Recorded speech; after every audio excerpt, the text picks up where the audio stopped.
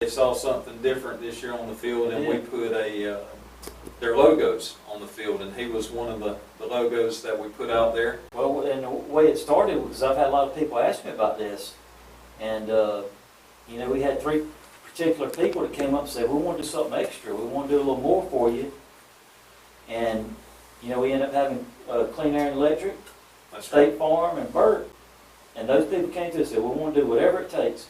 And I said, well, if these people are willing to do this, then certainly we can give up a little spray paint and some time to get their logo paint on the field, and we're certainly, I think that's going to be a good tradition to carry on from this point forward, and I've already had several people contact me about wanting their logo on the field, so it's going to be tight, and but it's a good new tradition we've started, and anything to benefit the kids, that's what we're all about, and thanks to those 3 sponsors. And if you watch a game or you saw it on the broadcast, you see them logos every second, man. It was really awesome. It is, and you know, it's so many of the businesses do so much for us and help support our program. And like Coach said, we want to do everything that we possibly can to give them back as much as possible. And I think having those logos on the field was definitely a hit. You know, not only did they get airtime on the TV broadcast, every person sitting in that stadium saw the logos out there. It looked really good. And next week, if we don't get rain, I think they'll even be a whole lot brighter, and they'll pop more. Coach, we had planned on painting the field Thursday, and the bottom fell out. So it got painted Thursday, yeah, about midnight. Thursday it got painted. That's right. You can't do anything about it. It's just the way Mother Nature is, and you can either sit there and be mad about it, or you can thank God for what you got, and let's move on with it, and that's what we chose to do. So like Coach mentioned, our Super Raiders was Burt, Clean Air and Electric, and State Farm. And another one that we have in there as well is Mr. Phil Davis, and we want to thank him as well. And Touchdown Club is greatly appreciated, and as well as Coach. The other ones, we have a few title sponsors, which is our largest contribution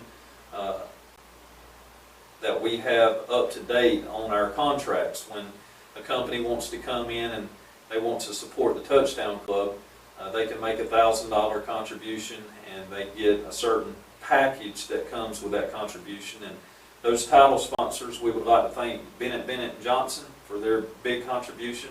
We would like to thank, my mind just went blank, Hospital, Bacon County Hospital just came on board, and that was huge, and we cannot thank them enough. And we try to do everything that we can. I know all our players and everything, if we have any injuries, we're all...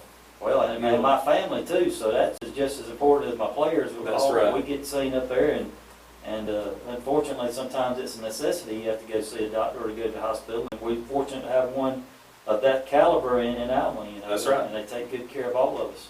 And another new one that come on in a big way is Boatwright Record and Trucking. Mr. Hip Boatwright, we want to thank him, and folks, I tell you, all these companies that I mentioned, any way possible that you can get out and you can return the favor and give them business. We need to pay attention to the football page on Facebook, try to give shout outs to all our sponsors, and let's make sure that we return the favor to them for supporting Red Raider football, and utilize them as much as possible. If you got any trucking needs or record needs, give Mr. Hip a call. And like I said, Bacon County Hospital and Bennett and Johnson, we want to thank each of those. Well, Coach, we'll move past our sponsors, and let's dive into Pierce County. Huge game. All the hype that we expected leading up to it. I know there was a little fun rivalry action on Facebook back and forth between people at Pierce County and Bacon County, and I know we were worried. A few little things happened at their field last year, and we were worried they may come to our field this year and try to do something, but all that stayed clean. I think it was cleanest that I remember in quite some time. It was just some good old-fashioned, you know, my team's better, back and forth on both sides. And right, there was no talking and between the teams. It was just a tremendous effort on both sides, and we had a thing or two go our way, and you know, that's how it goes. But just the level of class that I can't express, and I've told people in Pierce County I've had to talk to this weekend, I think their coaching staff has utmost class and character and integrity, and that's something they really ought to be proud of, because those wins and losses, they come and go, but moral ethics and integrity and raising up young men, that's really what it's all about. And Coach Strickland, now, they will never be questioned about integrity and character, I promise you that. Absolutely. Well, Coach, they rolled in here and they got off the bus, and man, were they big. You told us they were big, and I didn't realize just how big they were until they got out, even with their pads off, and they walked our field for the first time. And I said, good gracious, they have got some grown boys. And sure enough, so we get started. We kick to them first, and their receiver back there, the ball slips by him, and we all get excited, you know, and it rolls in the end zone, and he takes a knee, and anyway, they come out to the 20, right? And their first possession, we make a big play. We stop running back pretty much at the line of scrimmage. Right. I don't know that they even got a yard. And then second play of the game, on a little busted play there, he breaks for 80 yards and takes it to the house. Well, it wasn't busted on their behalf. It was certainly a bust on ours. And ironically enough, that was the play we worked on the most in the 2 weeks. I thought that was the formation, and all it was unbalanced with a wing. And we'd worked on that. I'm telling you, we spent more time on that play than any other play they ran, because I said, this may confuse us, and we just, for whatever reason, where the call was in plenty of time to line up, and we just didn't get lined up. So what you end up having, basically, you had 6 people on 3, and that's never good in anything. And they sealed off a couple of edges, kicked the cornerback out, and then we just couldn't get there. But we corrected that as the game went. And I thought that was a good adjustment on Coach Yates and his staff's behalf, because they ran that play several more times and with no success. So you know, what you try to tell your kids is, you're going to screw up. We made a mistake, but let's correct it, and then let's not make it again. And we didn't. So that was pleasing. But you don't like to go down, you know, 6-0, right, 12 seconds into the ball game. That ain't very good. Well, they go down and score, and then they kick to us, and right there at the start, we kind of struggled a little bit to get our offense rolling, and figured them out defensively. And we was just, you know, it was a few just minor things. It was a pass thrown just a little too low, or it was a pass thrown a little too wide. Or, I didn't think our pass protection early on was really all that good, especially when we did a rollout here to the left, and it was a busted play on our part, and it just wasn't very good. So it's poor execution. And I don't know if we came out a little tight. I don't have any idea, but we didn't look especially good. But when you have a matchup like this, it's so important, so many emotions. It's kind of like that boxing match. You know, you want to kind of feel each other out. So once we felt like we had a grasp of what they were doing, we said, hey, okay, let's go to plan B. Because we never go in a game, you always have 5 or 6 plans. If this doesn't work, what are we going to do? Now, if plan A works, you're going to keep on doing that all night. So they made us go to something else, and that worked out all right for us too. Defensively, we made some real big stands there, and that, you know, gave our offense time to try and get it together and get something going. And there was some good plays there, and I felt like we were starting to build, and then we had the lightning delay, and that put a huge damper on everything. And I know a lot of people did not get to stay at the game; they had to go home for whatever reason, or a lot of people just didn't want to be in the weather. You know, the lightning was pretty bad out there, and thankfully it stayed pretty much to the north of us. It was, you know, in the Baxley and Vidalia, coming down to Pearson, that whole region towards Tifton, and we did not get hit by any major rainfall. It did sprinkle just for a little bit, but barely. It just probably for 30 seconds there, it just started to try to sprinkle. But we got very lucky, and they said at 10 o'clock, if that alarm had not gone off, that we would make a decision at that time what to do. And well, we knew on the tracker, we knew on the lightning detector that the indicator was going down. So once it got down to about the 4 range, I knew it was going to keep sinking. So we went ahead and got our kids dressed not long before, but a few minutes before the clearance. So that was one benefit I think we had, so that our kids sort of knew, hey, this thing's fixing to happen. let's get dressed, make sure you're hydrated, let's get ready to roll. And then by the time it hit 0, we were already coming out of the field house ready to roll, you know. Right. Well, at 9:59, that alarm sounded off, all clear. And just so people know I had a lot of people ask me, and I wasn't sure. Do you know what the actual mileage is on that alarm? It's like within, supposedly, which, I mean, it depends on how much you trust technology nowadays, I guess, but supposedly it's within 4 miles. Okay. And, you know, it's hitting pretty strong there for a minute with the radar, but, you know, it backed on off, and, you know, I can't tell you if it's 4 miles, I can't tell you if it's 2 feet. I mean, I guess if we got struck, we'd know, but and it's what we try to convey to the officials in Pierce County. I'm not a meteorologist, so I don't know. All I have to go by is what this instrument we paid a lot of money for tells us. And if it tells us don't be on the field, we ain't gonna be on the field. I got you. Because there's nothing we're gonna do that's ever worth risking somebody's life. You know, there's no football game worth that, no softball game, baseball game. So it tells us to get off the field, we get off the field, and we just live with it however that comes out, you know.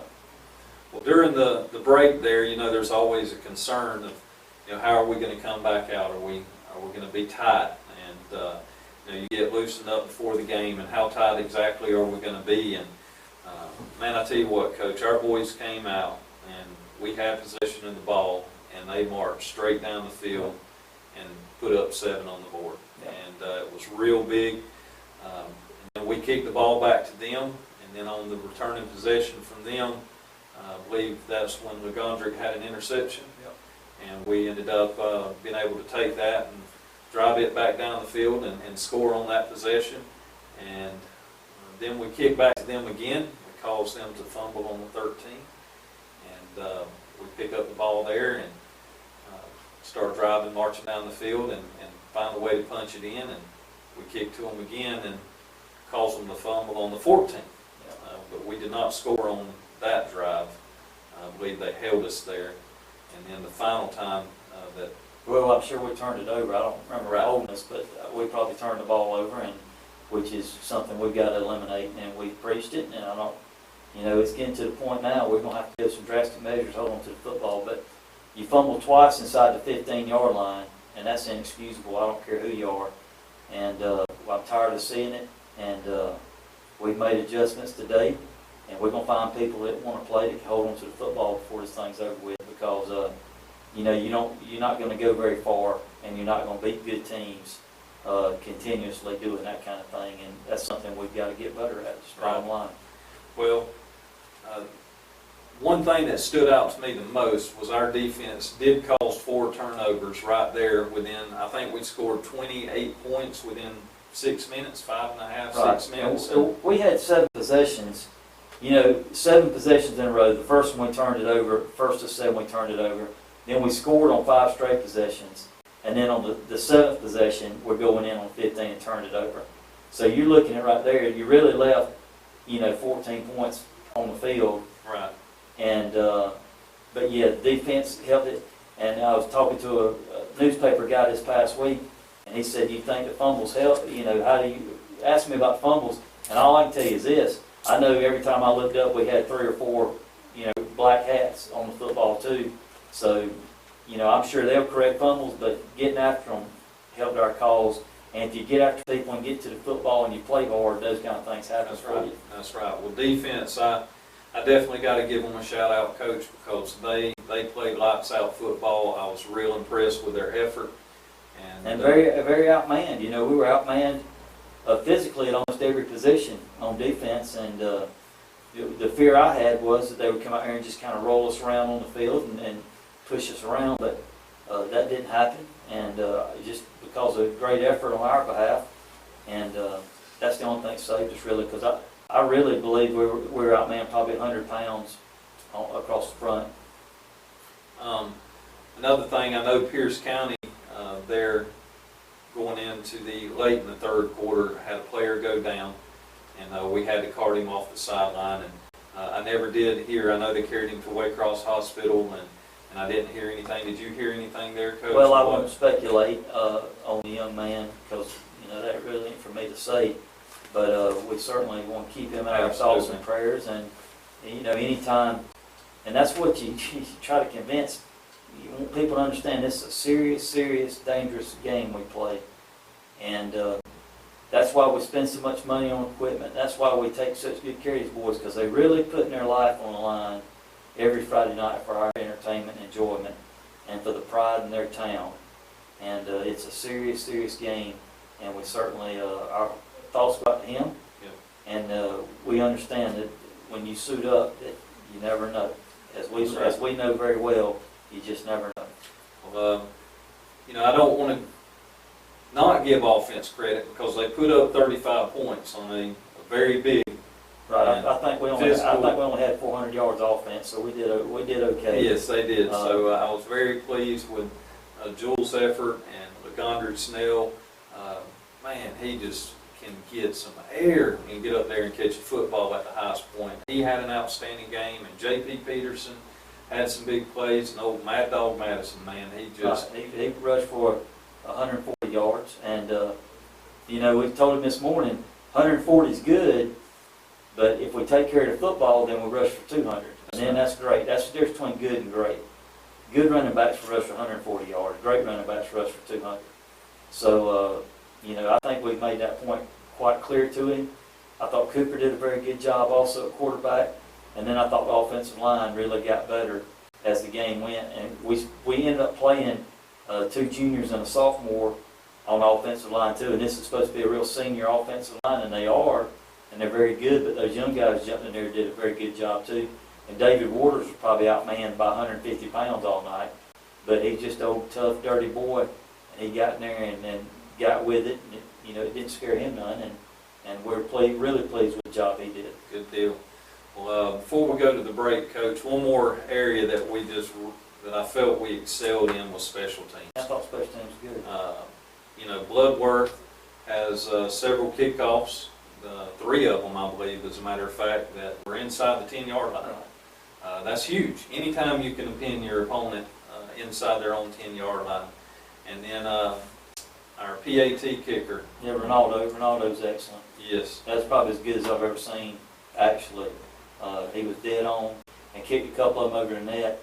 And the funny thing about him was he just missed a 53-yarder in practice Thursday, so we would feel good with Ronaldo from 45. You know, I would have no problem teeing it up from there. Well, it's been exciting, and that's something, you know, I know here in Bacon County that one area that's been about our weak areas, and it's definitely the soccer program's helping to improve that. And I told somebody, I put a post that it may have been the last PAT that he kicked. I said, I think that PAT was good in Appleton County because their football field straight up US 1, but it went over the net and it just about cleared the concession stand. What's even better about Ronaldo is he's as good a kicker and player as he is. He's a better person, and he's probably one of my favorite kids on the team. Just a very nice young man and very intelligent and a good student, and just every time you're around him, he's just a real pleasure, you know. Yeah. Well, Coach, we'll take a quick break, and we'll when we come back, we'll kind of get an injury report, and then we'll talk about our new opponent we faced this Friday night, Telfair County.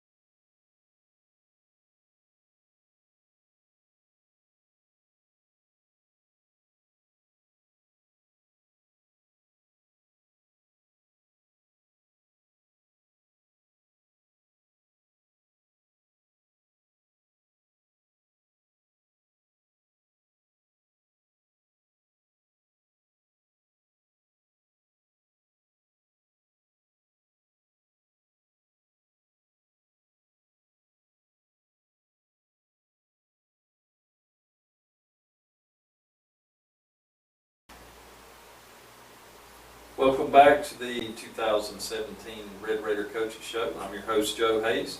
I'm here with head coach Kyle Langford. And Coach, coming off the break here, we just talked about Pierce County and what a big win that was, and just a big impact that it is for our community to have such a big win like that. And I know it was very emotional. We had a lot of players that I felt they gave 110%. And when you have players going that hard and wanting it that bad, the biggest fear is injuries. And, how did we come out Friday night? Where do we stand with injuries? Who got banged up, or did we come out pretty clean? Well, I'm going to be honest with you. When you win a game like that, really there ain't nobody hurt. And, if you lose that one, then everybody's hurt. But nobody was hurt, and nobody missed practice this morning.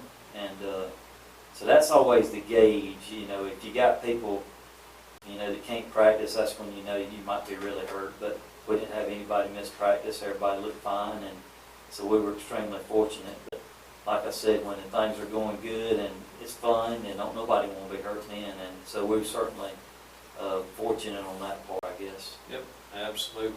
You said when you win, and a whole lot of pains and bruises go away, doesn't it? When that and we talked about this morning, and we realize it's a big win, and that's fine because it's where we wanted to be, 1-0. We undefeated in week 1. That's great. But like I said last week on the show, whether you win by 100 or lose by 100, they still ain't giving away. They ain't giving away trophies and T-shirts for it and rings. So it just is what it is. It's a game we need to win. We certainly have a strong emotion for Pierce County, so that was good to get that win. But we want to stay away from the fool's goal that we fell for last time. I know last time we beat them, we kind of thought that was the end-all and be-all, and then we shut the thing down for the rest of the year. So that's not going to happen this time. And we have celebrated. Congratulations, and we are past it and on it, and now we're looking on the Telfair. That's right. Well, speaking of Telfair, I think watching film this weekend, Coach, we're definitely going to have our work cut out for us. Telfair is coming in here, and they've got some size too. The biggest I saw noticeable that I noticed on film was their defensive front. Right. And their nose, man, he is a big, physical, aggressive player. We have not played Telfair County that much. A lot of people here are not familiar. I do have some statistics on that. We're 6-2 all-time record, Bacon County versus Telfair. We played them in 1974, 75, 86, 87, 94, 95, 2010, 2011, and then last year was the hurricane, and that game got scratched, and we never made it up. So, and then we're playing them this year. So, really, the last time that we played them was in 2011, and we beat them that game 21-0. But that statistics don't mean squat, right? It's a different program. And Coach Burleson, Matt Burleson, I hired him from Glen Academy several years ago, so he's been there quite a while. He's an excellent coach, and they're really, if you want to be honest about it, they're really a mirror image of us. Offensively is very similar, defensively is very similar. There's a lot of similarities in the way they play, and they get after it, I think, as hard as we do. So it may just come down to wanting it a little bit more than they do, and we certainly hope that's the case. I know we'll be prepared, but they've got the most outstanding quarterback I've seen in a long time, and the kid's a 4-year starter and was all-region quarterback. Now you think about that, all-region quarterback in that region with Charlton and Clinch and Irwin and all that, that's saying a mouthful there. And the kid's 230 pounds, and he can flat run. And if you watch enough film of him, the offense runs through him. Everything is through him. Whether it's him throwing it or getting rid of the ball or running it itself, everything goes through him, and he is a handful, and I think he is just a really outstanding player, and they are very big up front, a couple of 300-pound guys, and they've got some very good defensive ends. So the same old story, I guess, will be outsized again this week, outmanned a little bit, and so if we want it, we're just going to have to play a little harder, I reckon. Well, I say for Bacon County football, Coach, we just always find a way. I don't know that very many games that we've went in where we've outmanned somebody else, our opponents. It's very rare. Most of our region opponents have just got some big offensive front, a big defensive front. just these highly skilled backs and quarterbacks. And I'm not saying Bacon County does not have the talent and potential.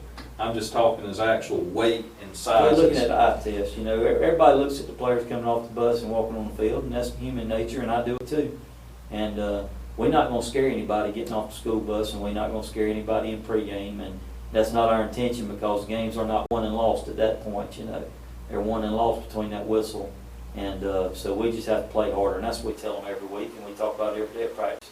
We play harder, we practice harder, and it still goes back to the same thing, you know, how many players around the state are willing to get up out of the bed at 3:30 in the morning and go practice football? You know, not very many. So if you do that, obviously there's something inside your heart and your guts a little bit that you want to be special and you want to be different. And I think that's what we got here as a group that want to be special. Well, Coach, back to Telfair a little bit. So you say pretty much they're running the same offense that we've got. Similar. So are they going to spread it out a little more, or are they going to keep it? No, they'll be spread. They'll be double twins and trips, 3-by-1 set all night, and you know, formations are identical to what we do. It's just we're a little more zone team. They're probably a little more a base blocking scheme, and that just the only difference that is angles. You know, their angles are a little different than ours are. They're a little more straight up blocking because they're bigger. You know, we can't really afford to do that because we'll get knocked in the backfield like we did some Friday night. But I like what they do. I think it fits them well, and it seems to be a safe offense for them. They don't turn the ball over very often, and they capitalize on turnovers. I think they had 2 turnovers against Savannah. You know, they play a team that went to the second or third round in Quad A in the playoffs last year, and they beat them 28-0. So that lets you know they're for real, and I'm telling you, they're scary good. They're really good. Yeah. What about their one thing I didn't pay close attention to on film was special teams? Very good special There's teams. some very good special teams, so they got a good kicker, and they have good coaches. And generally speaking, on programs that have good coaches, generally their special teams, they're not just going to let special teams be garbage. And I think that's the case with Coach Burleson. They have, you know, I think he's been there 8 years maybe, so there's good continuity within the program. And he's brought in good guys with him from Glenn and all around that are very good coaches. So they're just a solid team. And they'll be a playoff team this year in Single A. Even in that good region, they'll be a playoff team. And they're going to hurt a lot of people's feelings before this is over with. I just hope it ain't ours on Friday. That's right.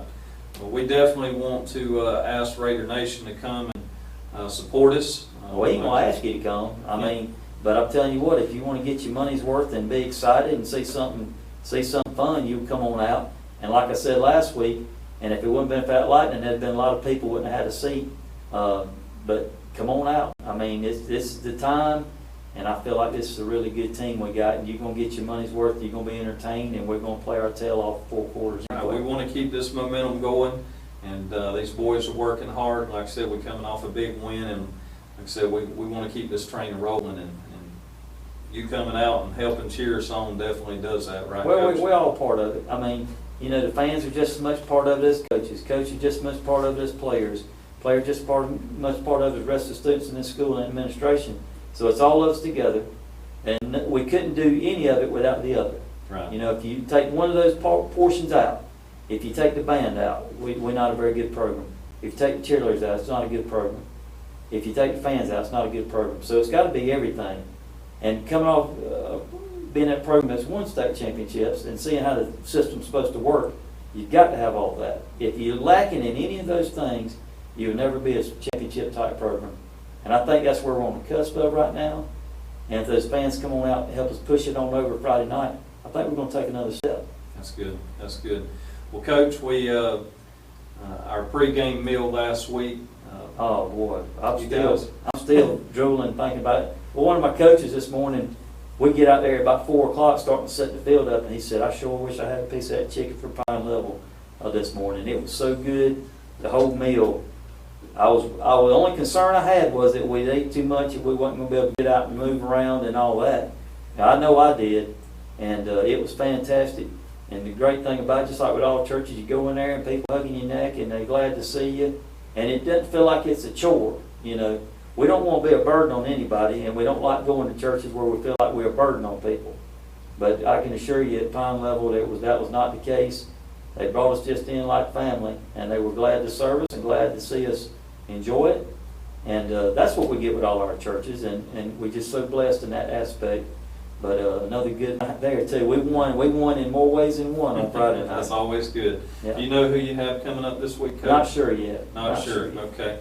Well, any of your churches out there that are interested in feeding their players, T-Boy Carter is in charge of that. So if you if I'm not mistaken, there may be a waiting list, but if you don't get on the list now, you may not never That's get on. right. it. That's So, and who says we got to eat only on Friday? We might come visit with you on a Wednesday or Thursday. Who knows? A big game this week coming up versus Telfair. We want to see everybody come on out and support our Red Raiders. And Coach, Rain or shine. Rain or shine. That's Rain or right. shine. We're gonna do it one more time, hopefully. All right. We'll see you all Friday night at 7:30.